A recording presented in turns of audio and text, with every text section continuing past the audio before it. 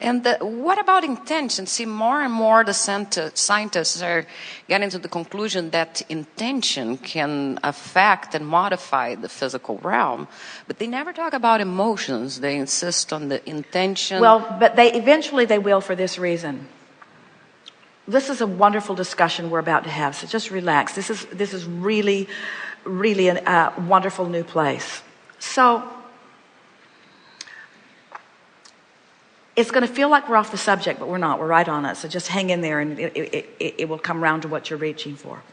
So let's say that rather than scientists, economists are exploring the economic wherewithal of the planet. And they have acknowledged the abundance that is amassed, and they have put mathematical figures to it, and they have concluded that there is a quantifiable mass of wealth that they can describe with some consistent accuracy, they believe. So then they begin approaching this economic pie in terms of who should receive it, who should get pieces of it. And as they split the pie up, there's never enough to go around. And it causes all this feeling of greed and shortage, because they are only quantifying the manifested pile, while there is this whole vortex of creation. There's this whole vibrational pie that they aren't even taking into consideration as they are quantifying what's there. In the same way, the scientists are doing some of the same thing. They're only able to acknowledge, they're only acknowledging what's already manifested.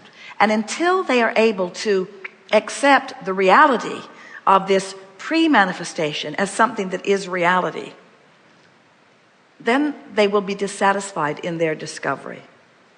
Now take it a little further. Take it to where you were headed. And they accept that we are energy. They absolutely accept that. But they accept it as far as they see it in manifested form. Because they, as scientists, they have to keep the empirical methods prominent, or else they will no longer be scientists, they'll be whacked. But it is that what is itis that prevents them from exploring. In other words, it's the same thing that we talked about as we began here today. It's like there are those who are creating outside the vortex, and there are those who are creating inside the vortex. And outside the vortex, they are fraught with all kinds of limitations. And then they apply all kinds of effort to their limited life that they have carved out for themselves. And if you were to look at those outside the vortex creators, you would see that those that offer more effort do get more done, and that those that try harder do accomplish more, and that those that offer some intentionality do seem to accomplish more. But they're still the outside the vortex clump of creators. And the inside the vortex clump of creators are creating in a whole other range of creations, you see. You just can't get around it. You've got to come into this intention. Now, if we were standing in any of your physical shoes, our first intentionality would be to line up with the fullness of who we are, to be keenly aware of the emotions that we feel, so that the whole of us is setting forth the intention. And that's what we were talking about earlier when we were talking about the negative emotion, very specific, and then the negative getting more general, and then it being generally positive, and then getting more and more specifically positive. You get some of those scientists beginning to understand, because they've proven it to themselves, the power and value of alignment through their own personal emotional readings, so that these scientists then get into the vortex, knowing what they already know, but knowing so much more, and apply that full vision of source energy to that. In other words, it would seem logical that someone like Esther, who is inside the vortex, could lead them, but they cannot hear her. They cannot hear her because we are talking different languages. And so more and more what's happening is scientists who have the scientific language are emotionally finding their way into the vortex. You heard a man say, "I can't believe I'm even here. I can't even believe I'm here today. I'm not telling anyone that I'm here." Esther made Jerry promise that he would tell no one. He didn't keep the promise very well. because here you have found us out. But because Esther knew how she felt about it. In other words, we understand that there's all kinds of reluctance to leave the static, stable, provable, scientific, manifested world. But if no one leaves it, nothing expands. So you know what happens?